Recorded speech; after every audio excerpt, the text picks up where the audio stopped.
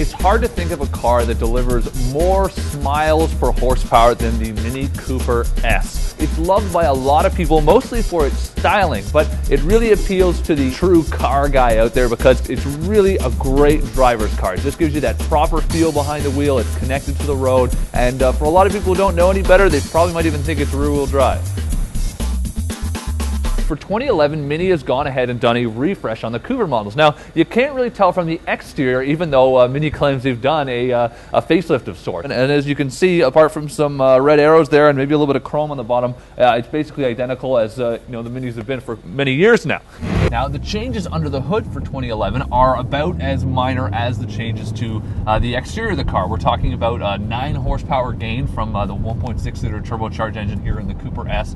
And again, that's nothing significant. We're up to 181 horsepower though, and from that turbocharged 4-banger, it's a 0 to 60 time in 6.6 seconds, which is a reasonably quick speed. And even in second gear, it's got lots of punch. And you want to make things more fun, there's a great sport button on the dash, which Mini has sort of made a trademark of this car, and that allows some firmer steering and makes the throttle response even better. So again, just heightening the car's already great driving dynamics. While small, those horsepower gains are gained, and they come even while Mini engineers managed to eke out a few more miles per gallon from the car, which is impressive. So now we're talking about 27 miles per gallon in the city and 36 on the highway. Now that's 1 mile per gallon better in the city and 2 miles per gallon better on the highway compared to the old models. So a little extra horsepower, a little extra fuel economy, you can't complain at all. It's a great sort of update, especially considering this is just for a mid-cycle.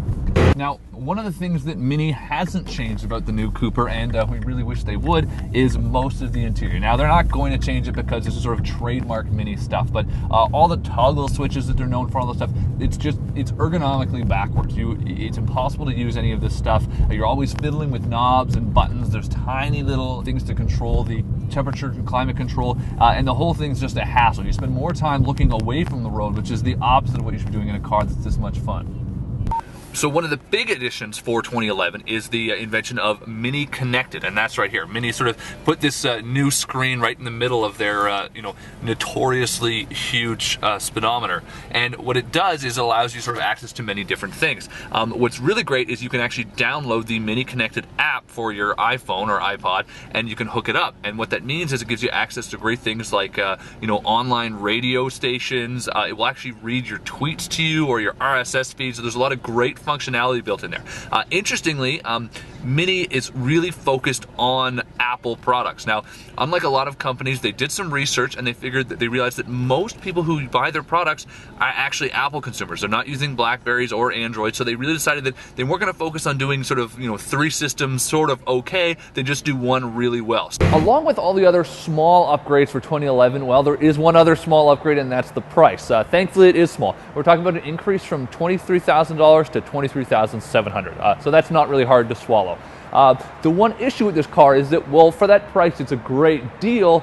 You got to pay a lot extra for everything else you want. So you want the Mini Connected system, that's $1,000. You want wheels like these 17s, that's $1,000. Leathers anywhere from $1,000 to $2,000, depending on the style and type. There's sort of several different levels, which is nice because some of the leather that Mini offers is a little basic looking.